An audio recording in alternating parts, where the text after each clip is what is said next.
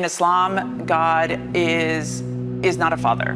God is the ultimate judge, and he sits apart from us, judging absolutely every single thing that we do. Hedia's parents immigrated from Iran to the U.S. in search of the American dream. They found it. Hedia grew up among the wealth and opulence of Beverly Hills, but she says it wasn't enough. It never was fulfilling. I actually felt really guilty about having what the world would describe as just about everything, and yet being sad.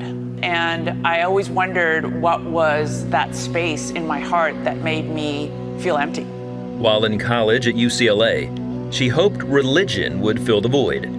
Her dad pushed her to Islam, and her boyfriend took her to a local mosque. It was somewhat of an extreme mosque, and they had all these principles about politics and what it would be like to turn America into a Muslim nation, and very, very anti-Semitic. And I thought to myself, oh, this is terrible. I don't want anything to do with this. If this is religion, I want nothing to do with it. Repulsed by Muslim extremism and still wanting to know God, she joined a different branch of Islam called Sufism. A mystical practice in Islam, which is all about love and harmony and finding a personal relationship with God. And I thought, okay, this is perfect. This is where I can find peace and where I can find that relationship with God. After law school, Hedia began writing reports on Muslim extremism.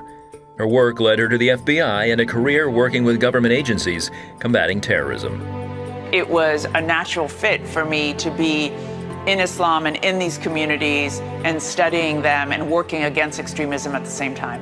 I really felt that I was contributing to my country and to my faith. She got married and had a daughter. For years, Hedia maintained a strict adherence to Islamic law. It was this never-ending attempt to control your fleshly desires, your behavior in an effort to draw closer to God. You're always afraid of what he's going to do to judge you, and it's not about love at all. You were constantly praying to a God that didn't answer you. Eventually, she became frustrated that despite her efforts, Islam gave her no assurance of salvation. What they were telling me is the most important goal I had in my life, I didn't know if I was ever going to achieve. And that weighed on me extremely heavy. And as I grew older, and as my daughter grew older, this heaviness was intolerable. Then one day, after 22 years in Islam, Hedia took off her head covering. Her imams said her eternal destination was now certain. They told me I was going to hang from my hair for an eternity in hellfire because I took my head cover off. So despite the uncertainty of not being promised salvation, because I had done this one thing to decrease my external religiosity, they said I was going to spend an eternity in hellfire, and that was unacceptable. And I left Islam. It was devastating. It was devastating. I felt that I had no bearings underneath me. I felt really, really lost. Hedia longed to have God in her life. While online, she watched a video of a Christian pastor who spoke about having a relationship with God through Jesus. She was moved and confused. Soon after, she prayed a desperate prayer. I was on my knees. I was in ritual prayer form of Islam, down with my head on the ground and just crying and saying, can you please reveal yourself to me, because I am so utterly confused on who you are. And it was in one of those prayers in my bedroom that I audibly heard the voice of Christ. And he said, Hedia, it's me. And it was extraordinary. To this day, I can tell you as if it happened yesterday. I knew from that moment on I would never be the same. She continued watching the pastor online and started reading the Bible. The Bible came alive, as the Quran never did.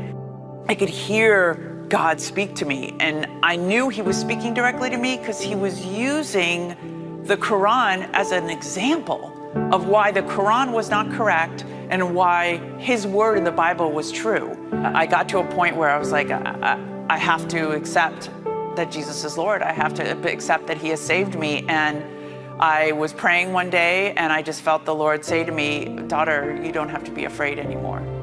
Hedia was soon baptized at the church she had watched online. She says she now has a relationship with God she never thought possible.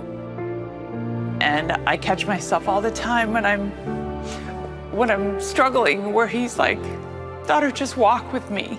And it's just his way of telling me, don't be afraid. I have plans to prosper you and not to harm you, to give you goodness, to give you a life filled with love and with joy, and don't be afraid. She shares her journey about receiving the love of God through Jesus in hopes of reaching others who long to know him. He's been with me the whole time. I wonder, at times I ask him why I had to experience certain things, but he's used all of my past in order to do it. And it wouldn't have been possible 25 years ago. It wouldn't have been possible with that girl in Beverly Hills to do what he's calling me to do now. And so I am forever at his feet.